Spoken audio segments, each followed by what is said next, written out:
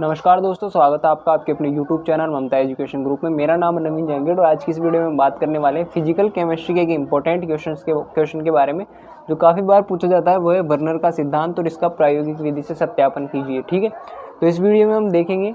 तो बेसिकली जो फिजिक्स जो BSc का कॉन्टेंट है वो ज़्यादातर इंग्लिश में अवेलेबल है।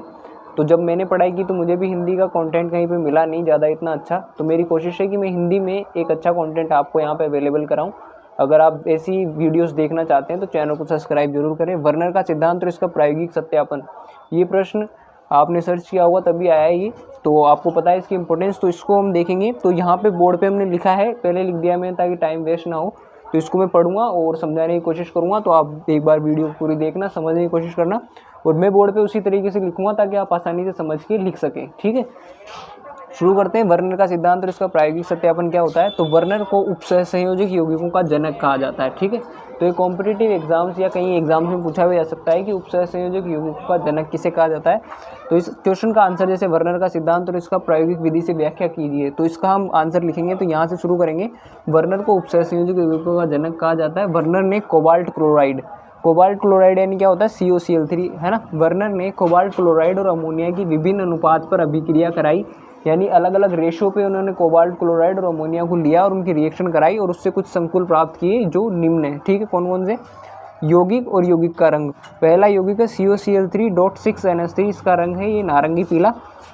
फिर इसमें यहाँ पे क्या गया CONH3 का होल 5, यहाँ पे 6NH3 था ना, 3 था, तो ब्रैकेट के अंदर एक क्लोरीन लिया और 2 Cl यहाँ पे बाहर रह गए। ठीक है, फिर CONH3 का होल 4 Cl2, यहाँ से एक Cl और ले लिया तो यहाँ Cl2 हो गया। यहाँ पे NH3 पहले 5 थे, पहले 6 थे। फिर ब्रैकेट के अंदर हमने एक क्लोरीन को ले लिया कोबाल्ट के साथ में, तो बाहर 2 क्लोरीन रह गए। फिर उसके बाद यहाँ पे 2 क्लोरीन अंदर लिए तो केवल यहाँ पे 4 ही NH3 रह गए, एक Cl बाहर हो गया और फिर लास्ट में हमने ब्रैकेट के अंदर ये ले लिया। ठीक है, याद कर लेना आप इसको। दूसरे यौगिक का रंग है बैंगनी, तीसरे का है हरा बैंगनी और चौथे का है नीला हरा। ठीक है, तो यहाँ तक तो हम लिख देंगे, जैसे भी आप देख के याद करके लिख सकते हैं। उसके बाद क्या है, वर्नर ने अपने सिद्धांत की कुछ अभिग्रहिति दिए जो निम्न है, मतलब जो उन्होंने सिद्धांत दिया उससे उन्होंने कुछ कॉन्क्लूजन्स निकाले जो निम्न है। वर्नर ने अपने सिद्धांत से कुछ अभिग्रहिति दिए। क्या क्या है उनकी अभिग्रहिति?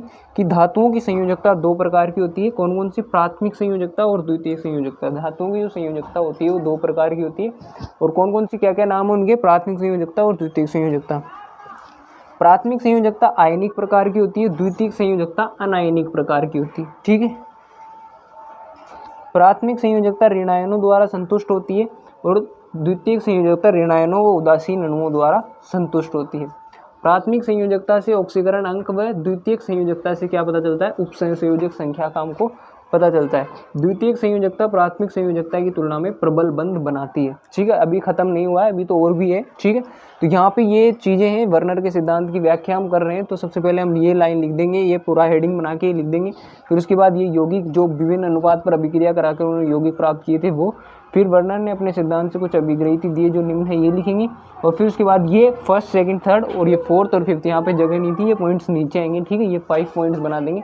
आगे देखते हैं। सबसे पहले तो हम वो लिख देंगे लाइन, फिर वो यौगिक लिख देंगे वर्नर वाले, और उसके बाद लिख देंगे कौन कौन से अभिग्रहिति दी वर्नर ने। और उसके बाद हम लिखेंगे वर्नर ने जो कोबाल्ट संकुल बनाए थे अलग अलग अनुपात पे, कोबाल्ट क्लोराइड और अमोनिया की अभिक्रिया करा के उनकी संरचना को वर्नर ने निम्न प्रकार समझाया। ठीक है, तो यही 4 यौगिक थे जो हमने लिखे थे, यौगिक और यौगिक का रंग, तो यही थे वो चारों, देख सकते हैं आप।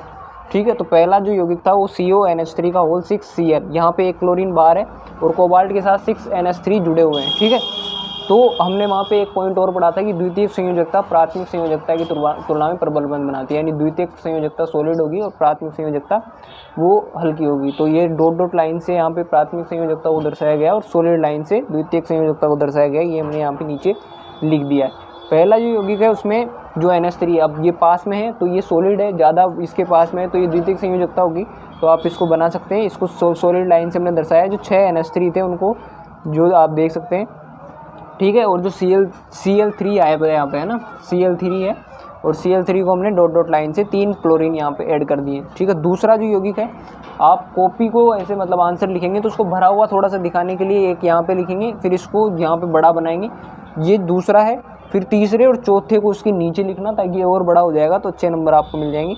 दूसरा क्या है, दूसरे में हमने क्या किया, दूसरे संकुल में एक क्लोरीन को अंदर ले लिया, यहाँ पे बाहर 2 क्लोरीन हो गए और एक NH3 यहाँ से हट गया, तो अब NH3 कितने आएंगे, 5 आएंगे। ठीक है, 2 क्लोरीन यहाँ पे द्वितीयक संयोजकता में है, बाहर है। 2 क्लोरीन यहाँ पे प्राथमिक संयोजकता में बाहर है, ये ध्यान रखना आप। जो बाहर है वो प्राथमिक संयोजकता में है, उनको डॉट डॉट लाइन से दर्शाएंगे। तो अब 2 क्लोरीन है, तो 2 क्लोरीन को यहाँ पे डॉट डॉट लाइन से दर्शा दिया और 1 क्लोरीन अंदर आ गया। 1 क्लोरीन कहाँ पे आ गया, अंदर आ गया। तो ये प्राथमिक और द्वितीयक दोनों संयोजकता से इसको दर्शाएंगे। ठीक है, तीसरा जो यौगिक है उसमें क्या है, 2 क्लोरीन अंदर आ गए और 1 क्लोरीन यहाँ पे बाहर बचेगा। ठीक है, तो 4 अमोनिया को तो सिंगल सिंगल लाइन से दर्शा दिया हमने, 1 2 3 और 4, और 2 क्लोरीन अंदर आए, तो 2 क्लोरीन जो अंदर आए उनको सॉलिड लाइन से भी, मतलब एक पूरी सीधी लाइन से भी और डॉटेड लाइन से भी दर्शाएंगे, क्योंकि प्राथमिक और द्वितीयक दोनों प्रकार की संयोजकता प्रदर्शित करेंगे, क्योंकि पहले ये प्राथमिक कर रहे थे और अंदर आते द्वितीयक करने लग गए। यहाँ पे तीनों क्लोरीन अंदर आ गए, तो तीनों क्लोरीन को सिंगल लाइन और मतलब सीधी लाइन और डॉट डॉट लाइन से दर्शा देंगे, और बाकी सबको यहाँ पे अमोनिया की तो पहले ही द्वितीयक संयोजकता थी और क्लोरीन यहाँ पे प्राथमिक और द्वितीयक दोनों प्रकार की संयोजकता व्यक्त करेगा। तो वर्नर का सिद्धांत यहाँ पे खत्म हो जाता है। आसान है, आप 2-3 बार लिखेंगे, प्रैक्टिस करेंगे तो आपको आ जाएगा। अब देखते हैं इसका प्रायोगिक सत्यापन। तो जो सिर्फ वर्नर का सिद्धांत देखने आए थे उनका काम हो गया, यहाँ तक आप लिख के आएंगे तो ये वर्नर का सिद्धांत हो गया। अब इसका प्रायोगिक सत्यापन क्या होता है उसको हम देखेंगे। प्रायोगिक सत्यापन देखेंगे अब हम वर्नर के सिद्धांत का। प्रायोगिक सत्यापन में हमको क्या लिखना है, तो यहाँ पे आप हेडिंग बना सकते हैं प्रायोगिक सत्यापन, उसके बाद लिख सकते हैं आयनिक अभिक्रिया और चालकता प्रयोगों की सहायता से वर्नर के सिद्धांत की पुष्टि की जा सकती है। ठीक है, मैं बोल भी रहा हूँ तो आपके लिए आसानी, अगर कोई वर्ड आपको समझ में नहीं आए तो आप लिख सकते हैं उसको आसानी से। और इसी तरीके से मैं लिख रहा हूँ कि आप नोट्स बनाएं, स्क्रीनशॉट लेके भी आप इससे पढ़ सकते हैं। ठीक है, तो आयनिक अभिक्रिया और चालकता प्रयोगों की सहायता से वर्नर के सिद्धांत की पुष्टि की जा सकती है। आयनिक अभिक्रिया से करेंगे तो क्या आएगा, वर्नर के सिद्धांत के, अब ये आपको थोड़ा टफ दिख रहा होगा लेकिन ये काफ़ी ईजी है, और ये 4 पॉइंट्स इसके और चारों आप आसानी से याद कर लेंगे। जैसे वर्नर के सिद्धांत के कोबाल्ट संकुल, जैसे 4 संकुल बनाए थे उसने, कोबाल्ट संकुल में जो पहला संकुल ये था COCl3.6 NH3 की संरचना से पता चलता है कि ये 3AgNO3 से, क्योंकि इसमें ये जो संकुल है इसको हम इस तरीके से लिख सकते हैं। ठीक, अब इसमें ब्रैकेट के बाहर कितने क्लोरीन है, 3 क्लोरीन, तो ये 3AgNO3 से क्रिया करके AgCl के 3 मोल निक्षेपित कर देगा, यानी ये है।